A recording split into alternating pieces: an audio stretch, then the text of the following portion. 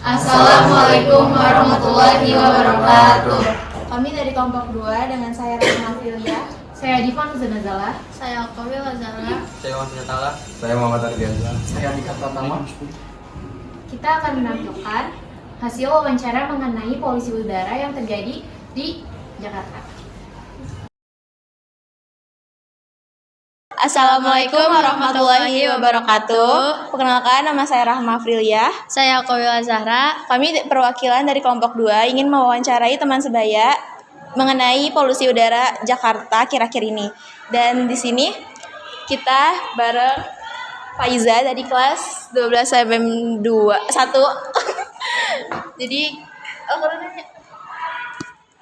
Jadi di sini ada pertanyaannya. Apa penyebab utama polusi udara di Jakarta meningkat? Langkah apa yang kamu lakukan untuk menanggulangi permasalahan polusi di Jakarta? Tadi yang pertama itu penyebab polusi udara ya. Menurut saya penyebab polusi udara itu yang pertama karena banyaknya gas emisi dari motor-motor. Terus juga kalau misalkan ini lanjut gak? Lanjut, oke. Kalau misalkan untuk upaya yang bisa saya lakukan ya saya naik transportasi umum. Langkah apa yang kamu lakukan untuk menanggulangi permasalahan polusi di Jakarta? Tadi kan udah dijawab. Udah ya? Oh ya. Jadi untuk pertanyaan kedua, apa penyebab utama polusi udara di Jakarta meningkat menurut kamu? Itu kan yang pertama tadi kan tentang gas emisi karbon ya. Mungkin yang kedua juga karena banyak asap dari industri kayak gitu, yang emang polusi udaranya nih nggak disaring. Terus juga kita harus mengurangi sih pakai buat transportasi tuh yang dari karbon dioksida itu. Oke. Selanjutnya dari sini pertanyaannya, menurutmu upaya apa saja yang dapat dilakukan sebagai solusi untuk mengatasi pencemaran udara? Kalau misalkan tadi untuk saya sendiri kan naik transportasi umum. Nah, mungkin bisa disosialisasikan buat yang lain juga. Kita tuh harus pakai transportasi umum biar kita tuh lebih nggak macet juga kan. Nah, karena macet itu juga kayak polusinya itu jadi banyak. Terus juga untuk mungkin bisa pemerintah untuk mengurangi pencemaran udara dari industri-industri yang ada di sekitar Jabodetabek.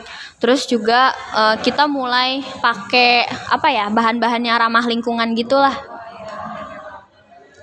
Makasih ya. Oke. Iya, sama-sama. Terima kasih.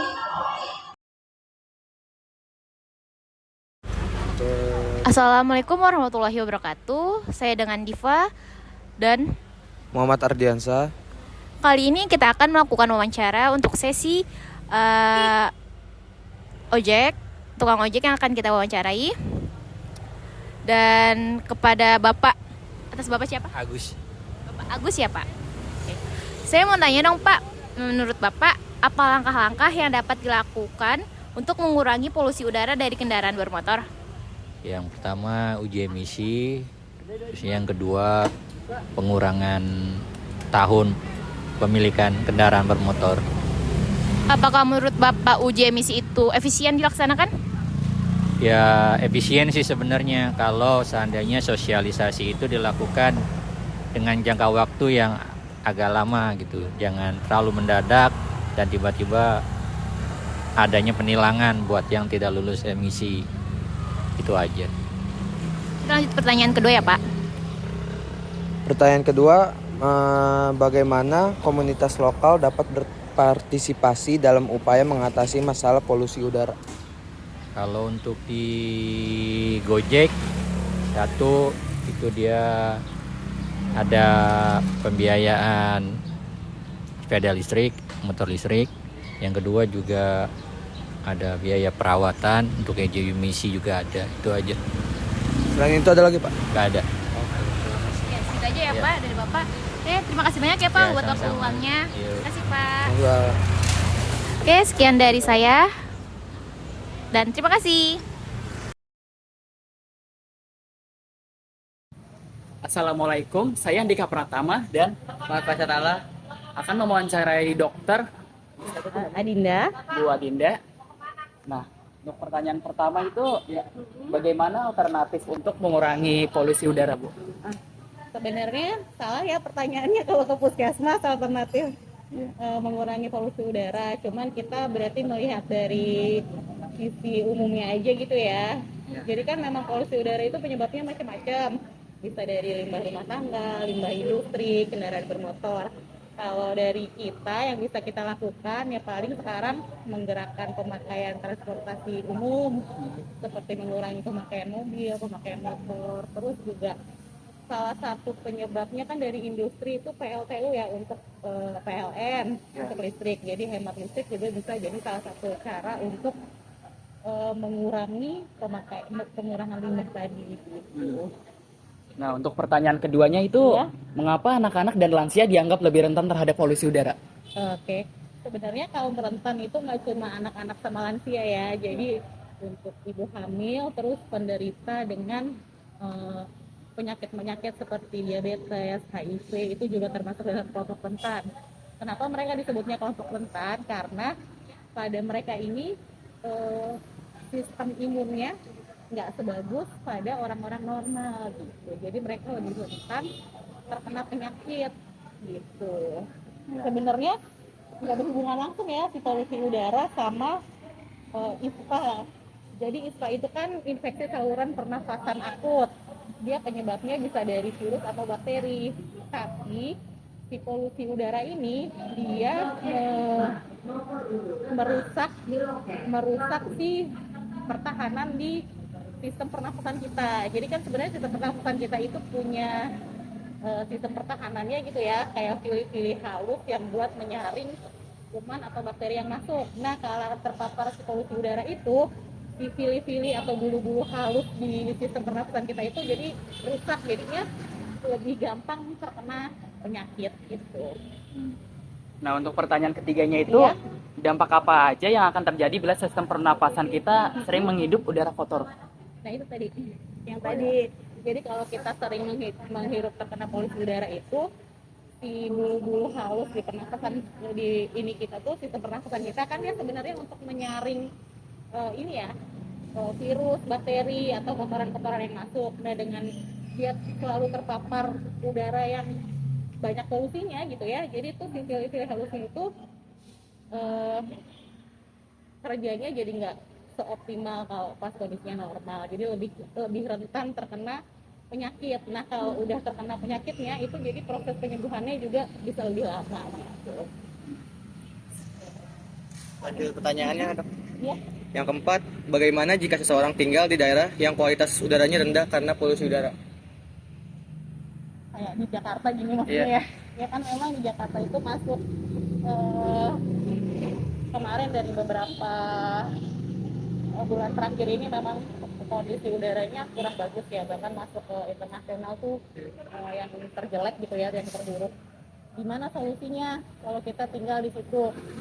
Mengurangi sebisa mungkin, memang mengurangi aktivitas di luar rumah. Terus memang harusnya kalau kita pergi ke rumah nih, keluar rumah harus banget gitu ya, kita harus pakai masker untuk menyaring si polutannya itu.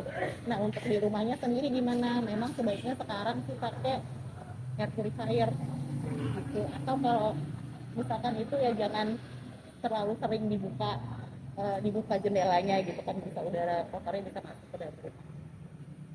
Pertanyaan selanjutnya, apa yang harus dilakukan jika sudah terinfeksi penyakit ISPA? Jadi yang kayak tadi saya bilang,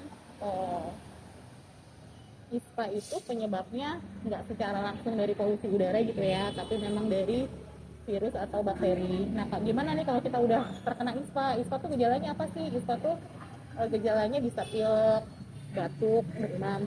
Nah, kalau ada gejala seperti itu, berobat dulu sih.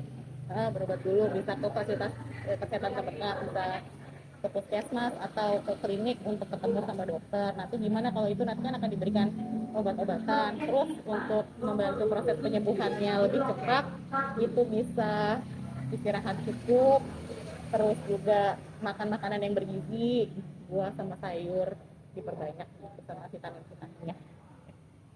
Yang terakhir, gaya hidup apa yang perlu dilakukan masyarakat di tengah maraknya polusi udara?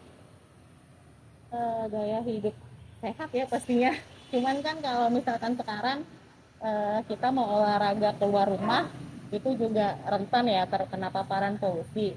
Sebaiknya memang olahraganya sekarang lebih bagusnya indoor, atau kan sekarang udah banyak tuh kayak aplikasi yang buat ngecek kondisi udara di lingkungan sekitar. Nah itu bisa dicek kira-kira kondisi bagusnya pas kapan kalau memang pengen olahraganya di luar rumah gitu ya, ngelihat pas paparan polusinya lagi minim gitu. Tentu harus olahraga, terus makan makanan yang sehat dan bergizi gitu. Ya, sekian wawancara hari ini kepada Dokter Adinda. Terima kasih, Dok. Iya, sama-sama. Ya. Jadi segitu aja wawancara kita, dan kurang lebihnya mohon maaf. Wabillahi taufiq wal hidayah. Wassalamualaikum warahmatullahi wabarakatuh. Terima kasih. Sama-sama.